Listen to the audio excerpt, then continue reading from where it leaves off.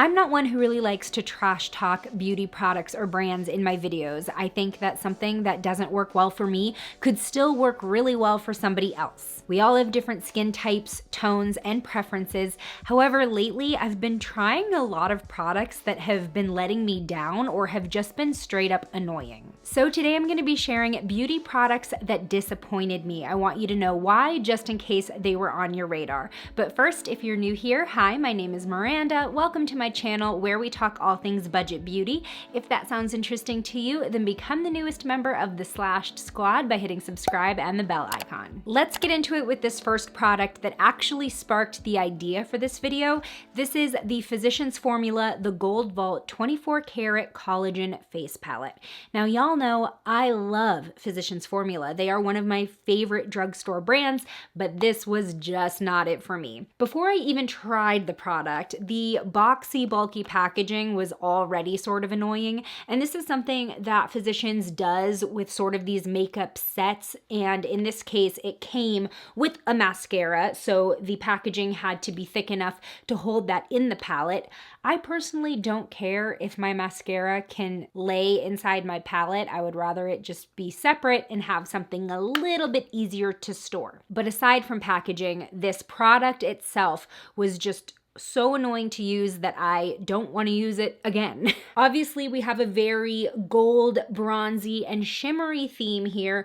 There is a bronzer and highlight, and the bronzer is shimmery as well. And then we have 8 eyeshadows that are either glittery or shimmery. Now, I will start by saying I'm not a huge fan of glitter makeup to start with, but I can appreciate a good glitter moment, and when I'm in the mood to be really glam, that's usually when I will gravitate toward glitter product. However, all of these shadow shades produced pretty noticeable glitter fallout, and I don't even mean shadow fallout because the color of the shadow stayed relatively in place. It was the glitter within the shadow formula that ended up all over the tops of my cheeks and beyond. Now, obviously there are ways to combat this, like putting a shadow shield down, but it's just annoying. Like maybe have an eyeshadow that holds on to the glitter in the formula, you know what I mean? Because when glitter ends up all over your face when you weren't intending for that to happen, it just looks messy. Honestly, I would like this highlight for sort of like a festival or just out there look if it was on its own. Now let's talk about this mascara though. So this mascara is interesting. It is an actual gold mascara. It has a metallic finish and it looks kind of cool when you coat your lashes in it, but it doesn't do anything for your lashes. If anything, it weighed mine down. It kind of got clumpy. It grouped my lashes together, so it looked like I had, 5 lashes sticking out. So if the formula actually enhanced my lashes and added the gold, I could see this being a really fun item to use and to create bold looks with. What I found weird was that inside the packaging, it says that you could either use it all over, you could use it on the tips of your lashes only for kind of like a fleck of sparkle, or you can use it as a primer under black mascara. And I thought that that might create some type of really subtle sparkly look. When I tried to use it that way, the black mascara just covered all of it, and then I just had major clumpy lashes that did not look good. It was goopy and bad. So I don't see how one would use this regularly enough for it to be really an added value to this palette. So it's not often that I don't recommend or love a new release from Physicians Formula. Honestly, like before this, every new release of theirs I have really enjoyed, but this one fell flat. Next up, I have another new release that just didn't do it for me, and I was so disappointed because I only realized I didn't like it after a full day of wearing it. This is the relatively new L'Oreal Air Volume Mega Mascara. First off, the brush is on the straighter side. It's a tiny bit more tapered than the Lash Paradise mascara, so I felt like it did a better job at grabbing the inner corners of my lashes. When I started putting it on, I was actually really impressed with the lift that it was giving my lashes. I've mentioned this in some of my mascara videos. I have pretty dense lashes, but they're short and very straight. So even if I get a good curl with my curler, they sort of droop throughout the day, but this added more lift after curling my lashes, and I felt like like it kept my lashes there throughout the day. However, just like Lash Paradise, the stopper on this is, I don't know, non-existent. I'm constantly wiping away the excess for days before I can actually get it on my lashes, just because the wand comes out with so much, too much product on it. But the main problem with this mascara is that it flakes so badly. I don't know if it's because I layered up the mascara, but I feel like that's pretty common. That's what I usually do. I don't normally just do one coat and call it a day. But after a few hours, I looked in the mirror and I had black flecks all over the tops of my cheeks. It was not just one or two, it was several on both sides, which of course then led to some smearage because I would, touch my face and one would smear across my skin. So I am not a fan of a product that I need to babysit, that I need to constantly be checking on because it might end up all over my face. Kind of in the same vein with the glitter that falls out. I just want my makeup to stay where I put it.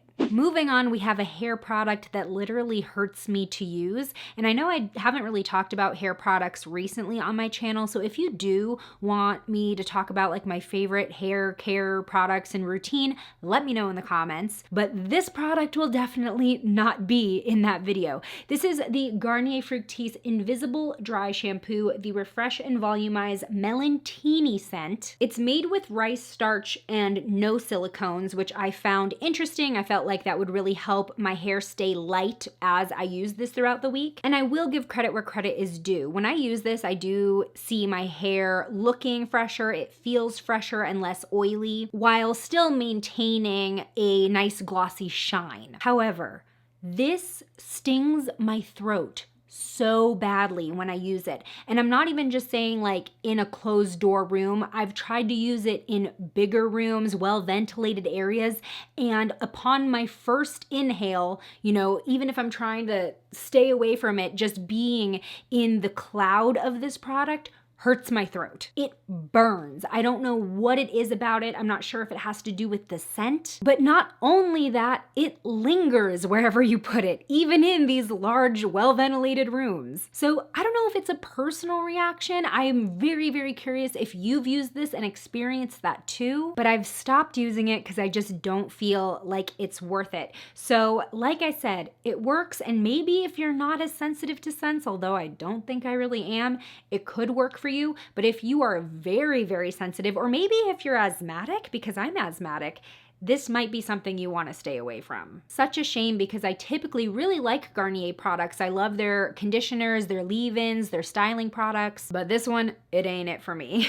These next two products are essentially the same, so I'm going to be talking about them at the same time. They are the Milani Stay Put Matte Eyeliner, as well as the Milani Fruit Fetish Stay Put Bright Eyeliner. These were both part of an Ulta haul that you all helped me pick out on Instagram polls, but don't worry, I'm not blaming you. It had been a while since I had tried anything new from Milani, or since Milani has been part of my daily routine. So I was just looking for some fun, easy ways to kind of bring the brand back into my rotation. But y'all know how picky I am with my liquid eyeliner specifically, and neither of these made the list of products that I would want to use regularly. Here is one of my main issues. They have the same wand, and for a liquid eyeliner, first of all, it's felt, which I've spoken about. I don't like felt tip liners, but on top of it being felt, they both have very blunt and almost rounded points. And I feel like that was a really weird choice, because especially with liquid eyeliner, and even more so with colorful liquid liner, precision's usually a priority for liquid liner users. And with a blunt tip, you don't really get that control for doing really sharp lines or points like winged eyeliner. And I do believe I used this in that Ulta haul video, so I will link that below. But it was pretty difficult for me to get a sharp wing with a point. It just was sort of a line that ended. Now, as far as the bright one, I have the pink shade. What is this called? Pinker the Berry. And this goes on almost a little translucent. Like it's really hard to get it just evenly applied in one swipe. I definitely had to build it up. And that's another thing that you don't necessarily want to have to do when you're dealing with liquid eyeliner or if you're doing maybe graphic liner with the colors. So these were a disappointment for sure, especially from such a well-loved drugstore makeup brand. Next, I want to talk about a powder, and my main issue with this is the packaging. The actual formula I have no issues with, but when the packaging of something is so annoying that you don't want to use the product, I feel like it becomes just as important as the product itself. So this is the Catrice HD Baking and Setting Loose Powder. Now I'll admit I chose this during my last Shop My Stash video, and then I never did another Shop My Stash video. I just wasn't into it anymore. Sorry. But here is the long-awaited update. The square packaging is cool. It's definitely different and sets it apart from my other round powder jars, but this cap is so annoying. I don't know what it is, but it is so hard to like get on and twist back into place. Every time I tried to use this and then tried to close it, it's like it jams. I don't know if I have a bad one. I don't know what it is, but this packaging is so annoying that I have stopped using this, which is a shame because if I can get it open again. The inner portion I was actually very impressed with because it has a mesh sifter, and that was almost enough for me to just keep using it because mesh sifters are so superior to just like the plastic grate sifters that a lot of powders use in their packaging. It's a little bit more precise with how much powder you're ending up with on your brush. I feel like it does control the mess a little bit better because it's not just holes that the powder's coming through, and you really are getting a very, very fine powder. And this powder in general is incredibly fluffy. It really is great for baking. The other thing that's really cool about this powder is that it says it's water resistant. I haven't tested that claim yet. It's vegan, it's cruelty free. I feel like this has so much potential to be one of the best drugstore powders out there, but this is hella annoying. If they repackaged this, I would be singing its praises in pretty much any video that I needed powder in, but why?